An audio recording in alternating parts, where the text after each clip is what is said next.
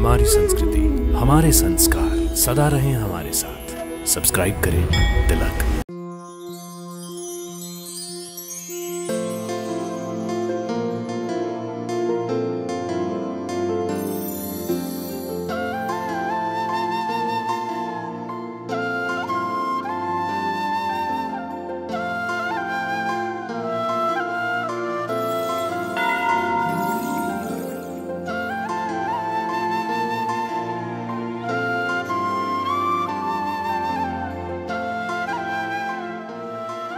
जय श्री कृष्ण।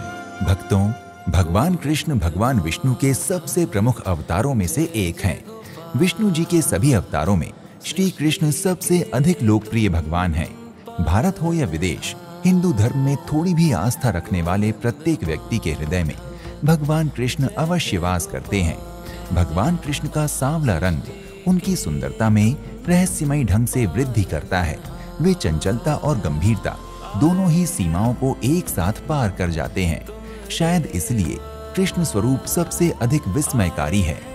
आज हम आपको अपने कार्यक्रम दर्शन के माध्यम से भगवान श्री कृष्ण के ही एक ऐसे मंदिर में ले चलेंगे जो सुंदर तो बहुत है, लेकिन इतना अधिक प्रसिद्ध नहीं हो सका जितना उसे होना चाहिए था। हिंदू समाज में ये मंदिर भालका तीर्थ के नाम से जाना जाता है।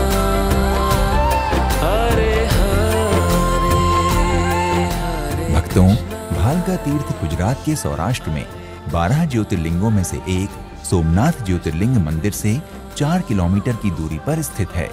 यही वो स्थान है जहां भगवान विष्णु के 8वें अवतार श्री कृष्ण अपना अंतिम समय बिताते हुए अंततः अनंत में विलीन हो गए। भालका तीर्थ का वर्णन महाभारत, श्रीमद् भागवत महापुराण, विष्णु पुराण एवं अन्य हिंदू धर्म ग्रंथों में भी मिलता है। कहा जाता है कि महाभारत का युद्ध समाप्त होने के बाद यादव कुल के लोग लोभ और अहंकार में चूर होकर आपस में ही कलह करके स्वयं का नाश करने लगे थे। श्री कृष्ण अपने परिजनों का इस प्रकार से सर्वनाश होता हुआ नहीं देखना चाहते थे, इसलिए वे सोमनाथ से कुछ दूरी पर यहाँ शांत वन में कुछ समय व्यतीत करने के लिए आ गए। एक दिन जब वे यहाँ एक पीपल के वृक्ष के नीचे ध्यान मुद्रा में लेटकर विश्राम कर रहे थे, तभी जरा नामक एक बहेलिया अर्थात शिकारी वहां आया। झाड़ियों की ओट से उसे श्री कृष्ण के पैरों में चमकती मणि हिरण की आंख की भांति प्रतीत हुई और उसने निशाना साधकर प्रभु श्री कृष्ण पर विष बुझा तीर चला दिया। वो तीर सीधा जाकर श्री कृष्ण के बाएं पैर के तलवे में धंस गया। जब जरा शिकारी श्री कृष्ण के पास पहुंचा तो उनके पांव से रक्त बहता देख उसे अपनी भूल का अनुभव हुआ और वो भगवान के चरणों में गिरकर क्षमा याचना करने लगा। तब श्री कृष्ण ने शिकारी को क्षमा करते हुए कहा, मित्र, आज जो कुछ हुआ है वो पहले से ही निर्धारित था। त्रेता युग में तुम सुग्रीव के भाई बाली थे और मैं रामचंद्र। तब मैंने भी यही तीर चलाकर तुम्हारा वध किया था।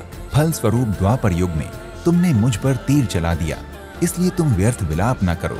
इस संसार में सब कुछ मेरी इच्छा से ही होता है।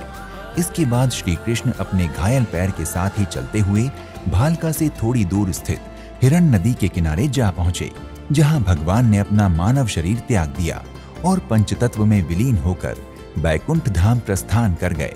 इस नदी के किनारे आज भी भगवान कृष्ण के चरण चिन्ह मौजूद हैं।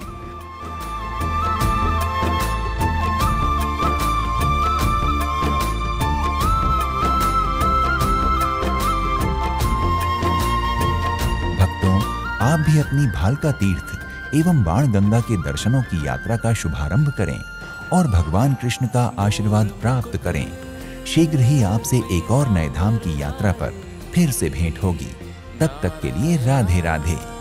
इति शुभम।